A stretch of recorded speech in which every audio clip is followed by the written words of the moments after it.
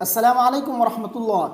نماز اشراق پڑھنے کا طریقہ کیا ہے، اس کا وقت کب سے لے کر کب تک ہے، اس کی نیت کیسے باندھی جاتی ہے اور اس کی کتنی رکعتیں پڑھی جاتی ہیں، تو آج کی ویڈیو میں آپ کے سامنے نماز اشراق پڑھنے کا مکمل طریقہ بتاؤں گا، اس لیے ویڈیو کو غور سے سنیے، انشاءاللہ اس سے آپ کو کافی فائدہ حاصل ہوگا۔ سب سے پہلے نماز اشراق کے وقت کے بارے میں بات کریں گے، کیونکہ نماز اشراق پڑھنے کا جو طریقہ ہے وہ ذرا طویل ہے، تو اس لیے وہ میں آخر میں آپ کے سامنے ذکر کروں گا۔ دیکھیے، نماز اشراق پڑھنے کا جو وقت ہے وہ سورج نکلنے کے کم سے کم 10 منٹ کے بعد اور زیادہ سے زیادہ 20 منٹ کے بعد اس کا وقت شروع ہو جاتا ہے اور زوال تک اس کا وقت رہتا ہے۔ اب اس درمیان کسی بھی وقت آپ اشراق کی نماز پڑھ سکتے ہیں۔ نماز اشراق کی کتنی رکعتیں ہیں؟ نماز اشراق کی کم سے کم 2 رکعت اور زیادہ سے زیادہ 4 رکعتیں ہیں۔ حدیث میں چونکہ 2 رکعتیں مذکور ہیں تو اس لیے لوگ اکثر و بیشتر نماز اشراق کی 2 رکعت ہی پڑھتے ہیں۔ بہرحال اب آتے ہیں اس طرف کہ نماز اشراق پڑھنے کا طریقہ کیا ہے، کس طریقے سے نماز اشراق پڑھی جاتی ہے۔ دیکھیے، نماز اشراق پڑھنے کا طریقہ بہت آسان ہے، جیسے آپ عام نوافل پڑھتے ہیں، عام سنت نماز پڑھتے ہیں، بالکل اسی طریقے سے اشراق کی نماز بھی پڑھی جاتی ہے۔ اس کی نیت آپ کیسے باندھیں گے؟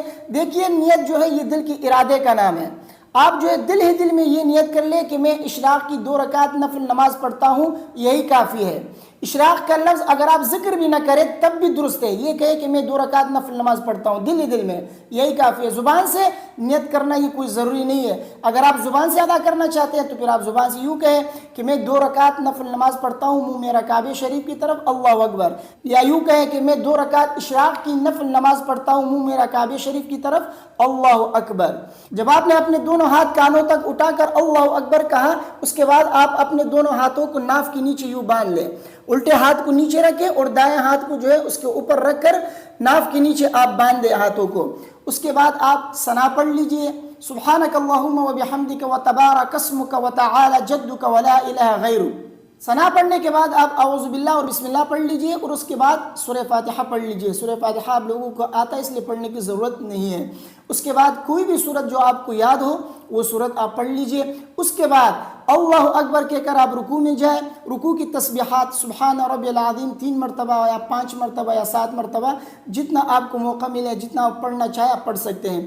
اس کے بعد آپ سمع اللہ لمن حمدہ کہہ کر سیدھے کھڑے ہو جائیں۔ اس کے بعد ربنا ولک الحمد پڑھ لیجئے اور پھر اللہ اکبر کہہ کر آپ سجدے میں جائیں گے۔ سجدے کی تسبیحات 3 مرتبہ، 5 مرتبہ یا 7 مرتبہ آپ پڑھ لیجئے گا، سبحان ربی الاعلیٰ، سبحان ربی الاعلیٰ، سبحان ربی الاعلیٰ۔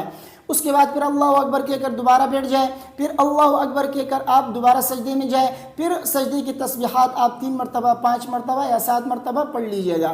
اس کے بعد پھر آپ اللہ اکبر کہہ کر دوبارہ سیدھے کھڑے ہو جائیں گے۔ اب اس مرتبہ دوبارہ آپ کو ثنا نہیں پڑھنی، اس مرتبہ آپ بسم اللہ الرحمن الرحیم کہہ کر سورہ فاتحہ پڑھ لیجئے۔ اس کے بعد جو بھی سورت آپ کو یاد ہو، پہلی رکعت میں جو آپ نے جو سورت پڑھی ہے اس کے بعد والی سورت آپ دوسری رکعت میں پڑھ لیجئے گا۔ سورت پڑھنے کے بعد اسی طرح آپ رکوع میں جائیں گے۔ رکوع کی تسبیحات پڑھنے کے بعد پھر جو ہے سمع اللہ لمن حمدہ کہہ کر آپ کھڑے ہو جائیں اور پھر ربنا لک الحمد یا ربنا ولک الحمد جو بھی آپ پڑھنا چاہیں آپ پڑھ سکتے ہیں۔ اس کے بعد پھر اللہ اکبر کہہ کر آپ سجدے میں جائیں۔ سجدے کی تسبیحات پڑھنے کے بعد دوبارہ آپ بیٹھ جائیں گے اللہ اکبر کہہ کر اور پھر اللہ اکبر کہہ کر دوبارہ دوسرا سجدہ کریں۔ سجدے کی تسبیحات پڑھنے کے بعد آپ اللہ اکبر کہہ کر اس مرتبہ قعدے میں بیٹھیں گے۔ قعدے میں جو ہے آپ کو کیا کرنا ہے؟ قعدے میں آپ کو تشہد پڑھنا ہے۔ تشہد اکثر لوگ جو ہے یا تو غلط پڑھتے ہیں یا ان کو پڑھنا ہی نہیں آتا، میں آپ کے سامنے پڑھ کے سناتا ہوں، غور سے سنیے گا۔ التحیات للہ والصلوات والطیبات السلام علیک ایہا النبی ورحمۃ اللہ وبرکاتہ، السلام علینا وعلی عباد اللہ الصالحین، اشہد ان لا الہ الا اللہ واشہد ان محمدا عبدہ ورسولہ۔ آپ نے تشہد پڑھ لی، اس کے بعد آپ درود شریف پڑھ لیجئے۔ اللہم صل علی محمد وعلی آل محمد کما صلیت علی ابراہیم وعلی آل ابراہیم انک حمید مجید۔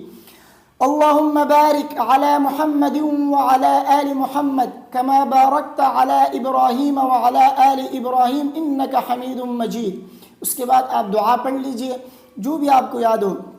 اللہم ربنا آتنا فی الدنیا حسنہ وفی الآخرة حسنہ وقنا عذاب النار۔ یہاں تک پڑھنے کے بعد پھر آپ دونوں طرف سلام پھیر دیجئے، السلام علیکم ورحمۃ اللہ، السلام علیکم ورحمۃ اللہ۔ یہ آپ کی 2 رکعت اشراق کی نماز ہو گئی۔ بالکل آسان سا طریقہ ہے، اسی طریقے سے آپ اشراق کی نماز پڑھ لیجئے۔ اس کی بہت بڑی فضیلت حدیث میں ہے۔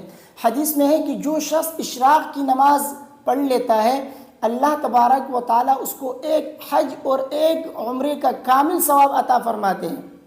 یعنی ایک کامل حج اور ایک کامل عمرے کا پورا آپ کو ثواب ملے گا، لیکن اس کے لیے بھی ایک شرط ہے، وہ یہ ہے کہ فجر کی نماز پڑھنے کے بعد، فجر کی نماز پڑھنے کے بعد جماعت سے جب آپ فجر کی نماز پڑھ لیں، اس کے بعد اپنی جگہ بیٹھے بیٹھے سورج طلوع ہونے کا انتظار کریں۔